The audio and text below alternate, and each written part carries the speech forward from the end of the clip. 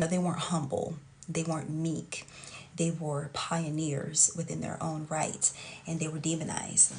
Just like magic, I'm attracted. I get everything I want 'cause I attract you. Deborah, Delilah, and other divas.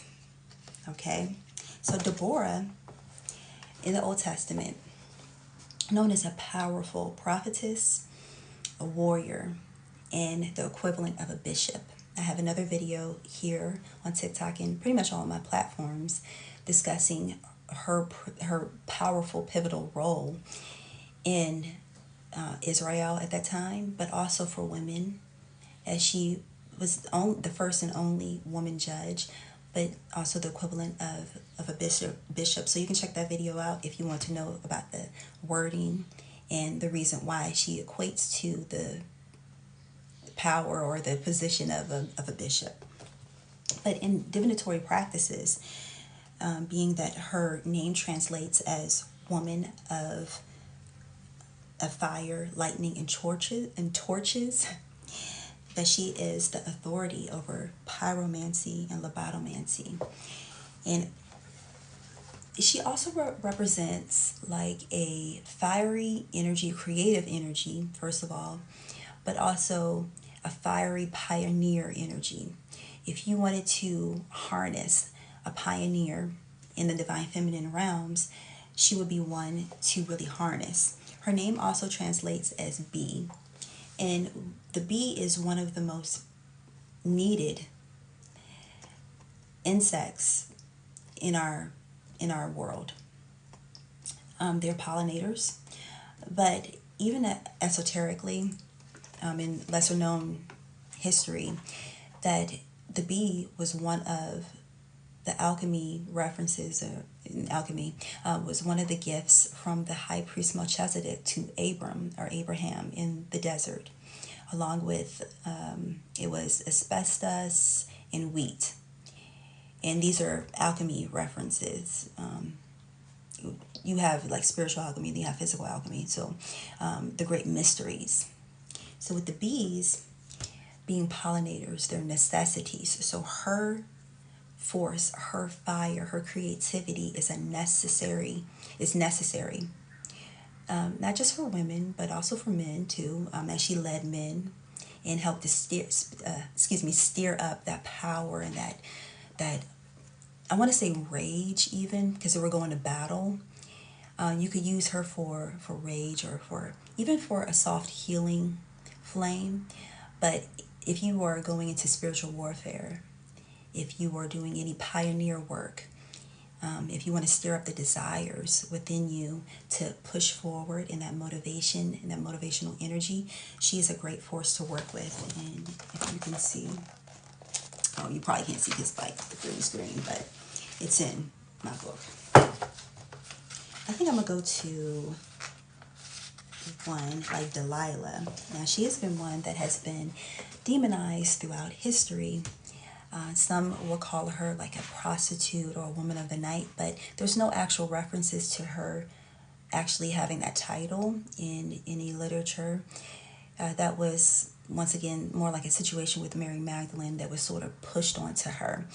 Now, she may have had more than one lover, but she wasn't a prostitute though. And so one thing that I noticed, that with a lot of the women's roles, that they were demonized. A lot of the women were demonized that didn't, they weren't humble. They weren't meek. They were pioneers within their own right, and they were demonized, like women like Jezebel. And that's a whole nother topic right there, with Jezebel.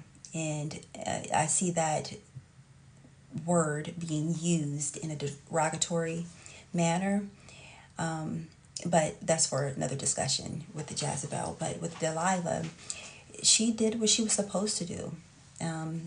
Samson didn't do what he was supposed to do. He wasn't supposed to partake in any libations, such as wine, and that's grapes. And once again, that's an alchemy reference when you were referring to wine. and his hair. One thing about our hair is connected to our nervous system and scalp working. So Delilah would be like a scalp worker or a head worker, and magical or mystical practices. And so you have to be mindful. This is a reminder, or it can serve as an example of who you allow to touch your head and who you allow to touch your hair, because being that it's connected to your nervous system, and you also have different sensitive spots and spots that are connected to various parts of your body through your head, your hands, and your feet. So you have to be mindful of who touches your hair and your head, because Delilah is a reminder of a head worker that can work one's head, literally, like figuratively, in the means of like the art of seduction.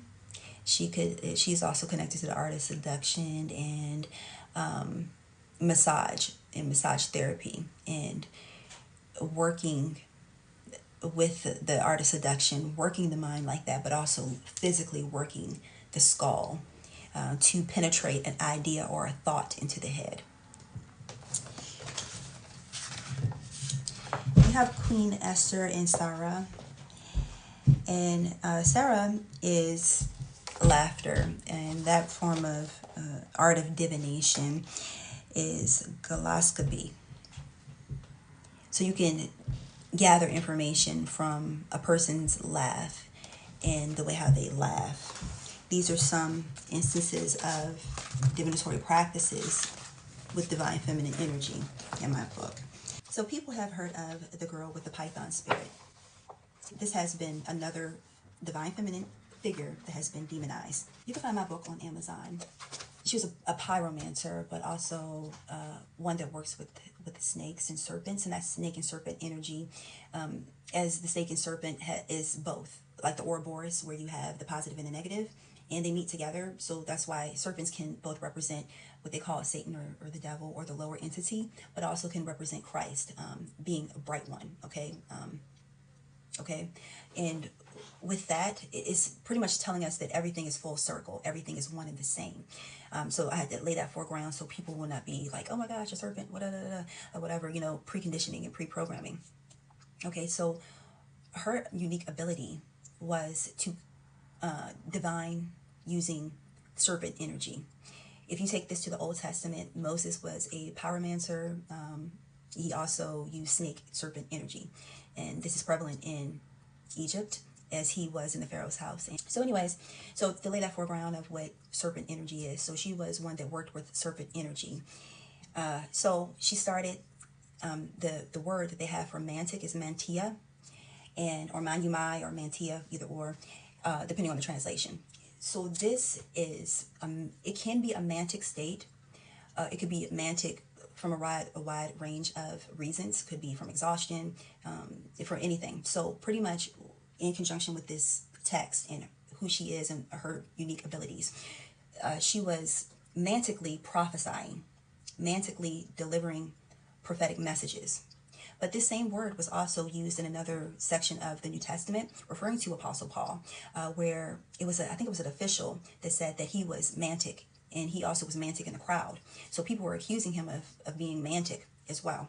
So what I have gathered from these instances is that Apostle Paul, remember, he took her gift, her spiritual gift, with the serpent energy, being able to divine using the serpent energy. When he turned around and he yelled something at her, and then her spiritual gift went away.